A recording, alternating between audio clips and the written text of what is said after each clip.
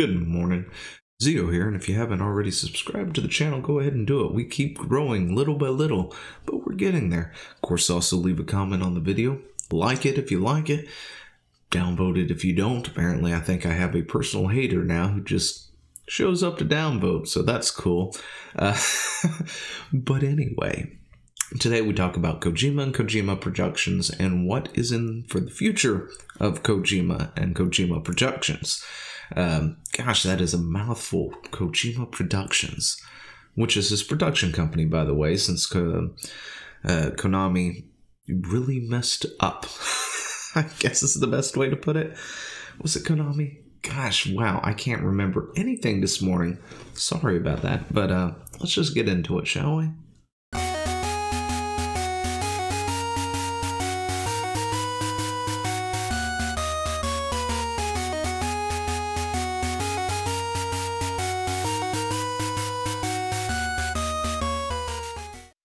Now, Kojima, of course, is a name that is usually recognized by a lot of gamers. You know, when people start saying certain names out there of certain developers or, you know, and when it comes to gaming, Kojima is usually one of the ones that will pop onto a list or whatever people will talk about because of the Metal Gear Solid series and other things that he has done throughout, you know, his life as a game developer.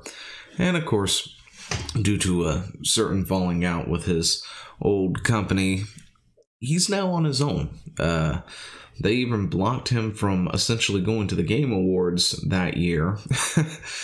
And ever since then, we've had we had something that came out right beforehand called PT that was universally just amazing. Most people loved it. It was a horror-esque, type video game.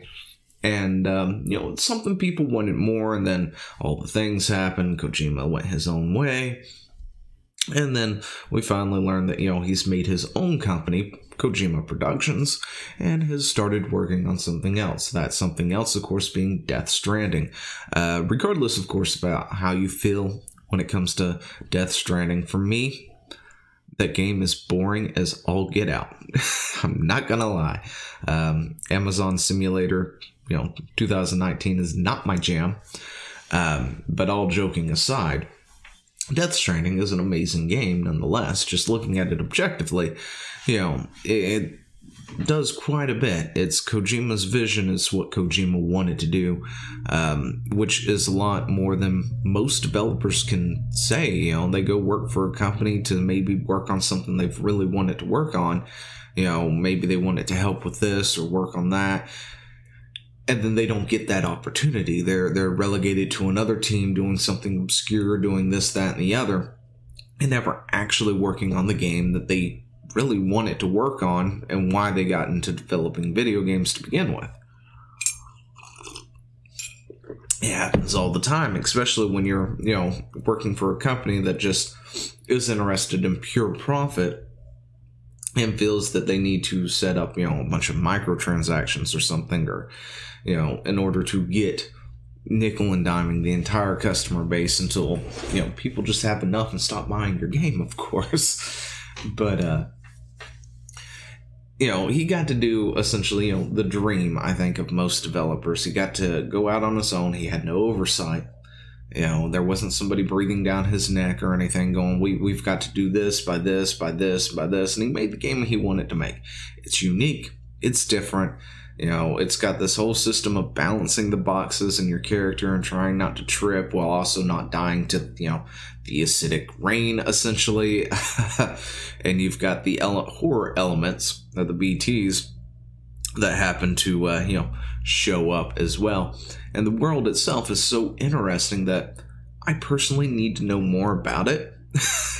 I mean, I'm not a big fan of the game, just mechanically wise and other things. But at the same time, I can appreciate all the work that went into it and how unique and different it is compared to everything else that we have on the market. And, there's nothing wrong with that game at all. There are people who do love that, genuinely love this game. And I personally want to know more about this world, of course. It is an interesting world, and of course, you got Norman Reedus in there, so what's not to like about that? But anyway, after I fanboy over that for a split second, we did get some information. What's next? You know, what's in the mind of Kojima? What could happen later? Like, you know, a Death Stranding 2 and a few other things coming out of Kojima Productions. I just thought it would be interesting to go through, take a look at. But yeah, there's this interview here on The Vulture. Is that what it's called? The Vulture? That graced my Facebook timeline. A friend of mine shared it. And, of course, I took a look at it.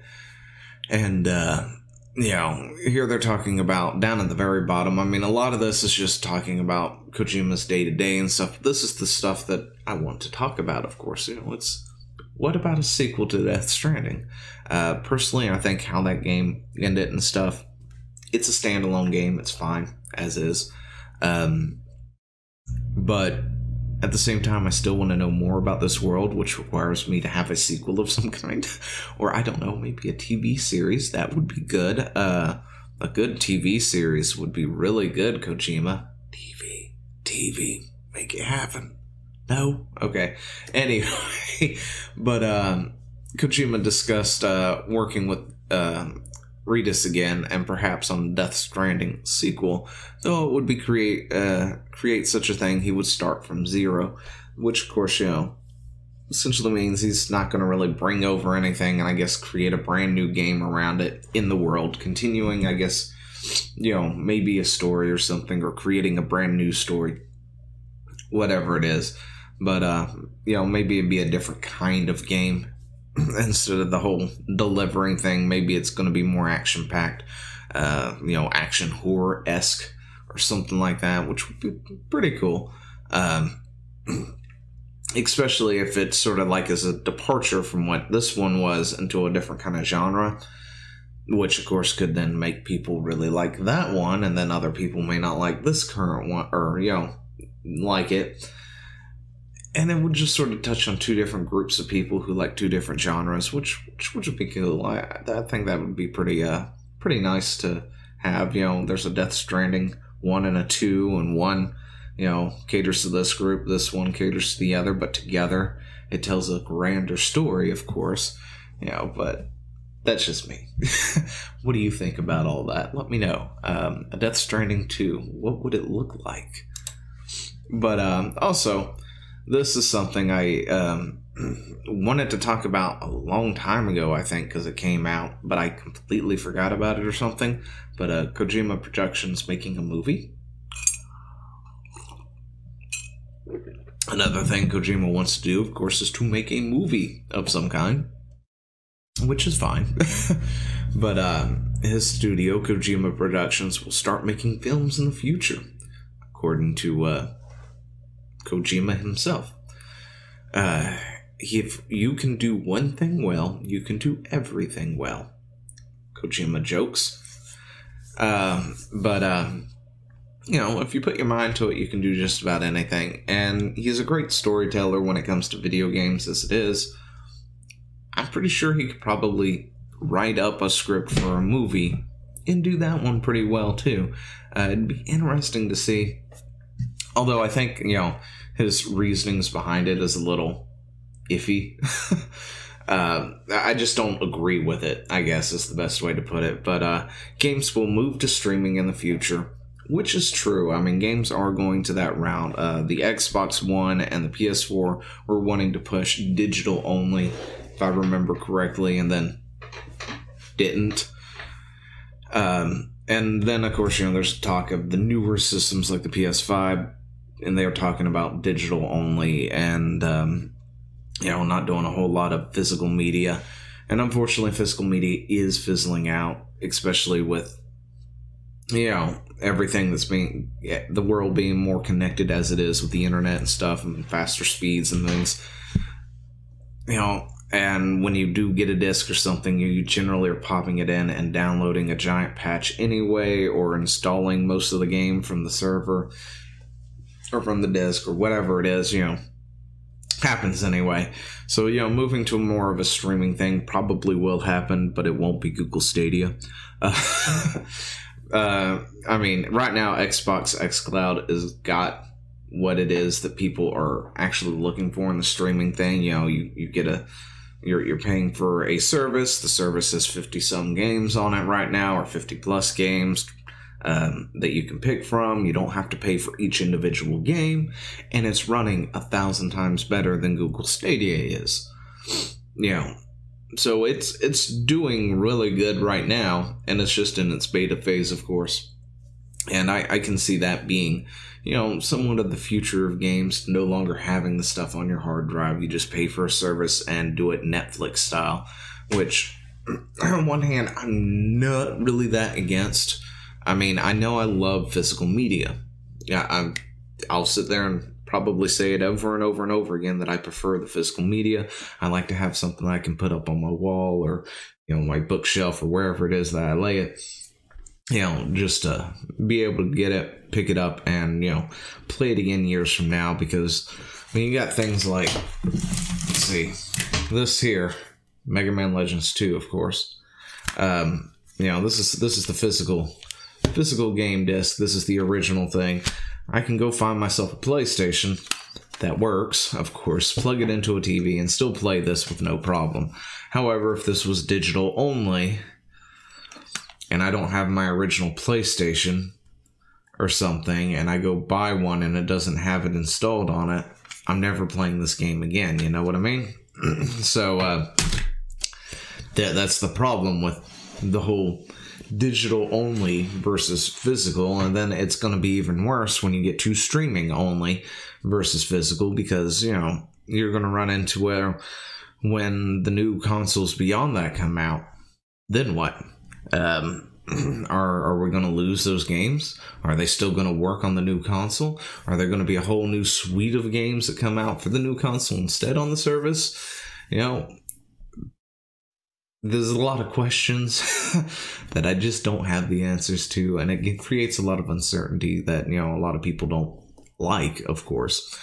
But, you know, just like VR, it's going to eventually be the future. But, you know, I don't know if that's really a good reason to be talking about, you know, wanting to make a movie or whatever. But Kojima says that when that's the case, games will have to compete with film and drama because they all occupy the same space in our living or in our lives, on our phones and tablets. Kojima thinks he will lead to an entirely new type of game, one that he's excited to create. And of course, you know, that's probably more of a movie show hybrid game, which, you know, those kind of games already exist. It's nothing really new, so I'm not really sure what he's going on about. I don't think that games are ever going to have to compete with movies or TV shows, ever. It's just, these are two separate mediums, even if they are both streaming. You know, if you're paying $7 for Netflix and $7 for Hulu and $7 for HBO, and then, you know, you drop another $15 for xCloud or whatever it happens to be, and then you've got a World of Warcraft subscription for $15 and Final Fantasy for $14, and, you know, things like that. The subscription model is going to be, you know, it's going to be a pick and choose kind of thing. Do you want access to these kind of shows, to these kind of movies, to these kind of video games and stuff? And other than, you know, competing on that level, I don't really see games really ever competing with movies and TVs, because, again, even if they are streaming, it's a completely different medium. People who like playing video games don't necessarily like watching TV or something. But of course, you know, depending on the TV show, maybe they do. Yeah. But yeah, I don't really think they're ever going to compete. But a Kojima movie, on the other hand, would be something I'd be interested in seeing. I probably went on too long about streaming. I gotta stop. I should write bullet points, right? Put them over here, so I can look at it every so often and remind myself to, hey, go on to the next point. Go on to the next point. Stop talking about that. But, of course, this. I mentioned PT earlier. PT is a horror game, right, that Kojima did. And if you were lucky enough or know somebody who has it and you've not messed with it yet, go ahead and mess with it. It's no longer available as far as I'm aware. Maybe you can find it somewhere out there on another website or something. I'm not sure. I've not really gone looked. But I know it was on Steam and then it came down from Steam. But as to making the scariest horror game, I watched the scary movies in order to awaken my horror soul. The Eye is a Thai horror movie I rent when making PT, but was too scary to finish watching. The package is so scary, I rented the disc only. Will I be able to finish watching? And that was November 22nd, last month, near the end of last month, which of course, right now, Death Stranding's out. They could go ahead and start working on something else. And PT was definitely a good game, just for what little we had. It was like literally just a small demo, a teaser of a horror game that people were speculating on. What's it going to be? Is it this? Is it that? Is this going to be like a new entry into Silent Hills and all this other stuff? And I don't really remember a whole lot about the conversation back then, if it actually ever got confirmed or not, because it's been a while. But it was universally liked. People loved it. People were streaming it constantly, getting it out there. And it got canned, of course, because of everything that went down between Kojima and his former employers. So, to see a resurgence of another kind of horror game, I think would be great, especially from Kojima. If what little he did give us says anything about what he could give us in a full-fledged game, let him have it. Just let him do. Let's just wait a few years for it to come out, and we'll all be better off for it. But at the same time, doing all this stuff, maybe a Death Stranding 2, working on a movie or something, and a PT, may not be the best thing to do all in one go, of course. If I remember correctly, Kojima Productions is sort of a medium-sized company at this moment, and they don't want to spread themselves too thin to where they can't really get anything done.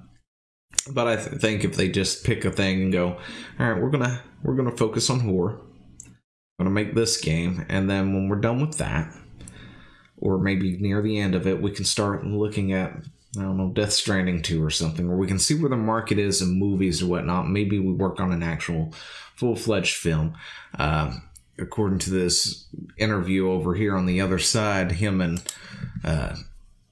Norman Reedus have apparently become pretty good friends, so I can fully expect to see more Norman in things from Kojima, and that would be fine. I'm okay with that. But I guess that's about it. Let me know what you think down in the comments below. PT horror, are you game for that? Are you down for that? What do you think about Death Stranding 2? What would it be like to start from scratch and make a new one? What would yours look like? And of course, movies. What kind? It'd probably be a horror movie, maybe. I don't know. How do you think he'd handle that? I doubt he'll adapt, a game to movie or movie to game, anything like that. He'd make something original, but it'd just be interesting to see. Let me know down in the comments below, and I will talk to you later. See ya. Hey, thanks for watching. Don't forget to leave a comment, smash that like button, and always subscribe for more. And of course, there are other videos floating around somewhere on the screen, so click one of those and see if you can find something that suits your fancy. Till then, I'll see you later. Bye.